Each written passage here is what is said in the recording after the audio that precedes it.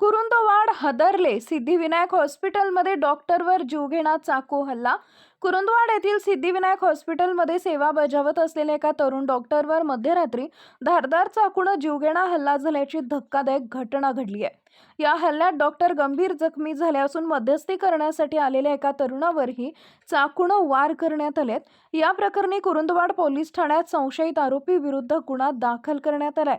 मिळालेल्या अधिकृत माहितीनुसार डॉक्टर महेश विलास सुरवसे, वय वर्ष 26, राहणार कुरुंदवाड, मूळ राहणार रांजणी, तालुका पंढरपूर, हे सिद्धिविनायक हॉस्पिटलमध्ये कार्यरत आहेत.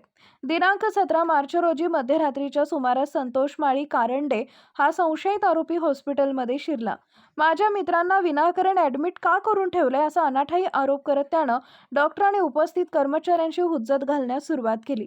डॉक्टर सुरवसे यांनी परिस्थिती शांत करण्याचा प्रयत्न केला असता चिडलेल्या आरोपींनी आपल्या जवळील धारदार चाकूने त्यांच्या उजव्या खांद्याखाली पाठीवर खोलवर वार केला. या अचानक झालेल्या हल्ल्यामुळे हॉस्पिटल परिसरात एकच खळबळ उडाली. आरोपी संतोष माळी हा पुन्हा हल्ला करण्याचा प्रयत्न करत असताना तिथे उपस्थित असलेले अविनाश वाल्ले हे डॉक्टरांच्या मदतीला धावून आले. वाद सोडवण्याच्या प्रयत्नात असताना आरोपीने त्यांच्यावरही चाकू चालवला, ज्यामध्ये वाल्ले यांच्या डाव्या हाताला दुखापत झाली. उपस्थितांनी वेळीच हस्तक्षेप केल्यामुळे पुढील अनर्थ टळला. या घटनेची माहिती मिळताच कुरुंदवाड पोलिसांनी घटनास्थळी धाव घेतली.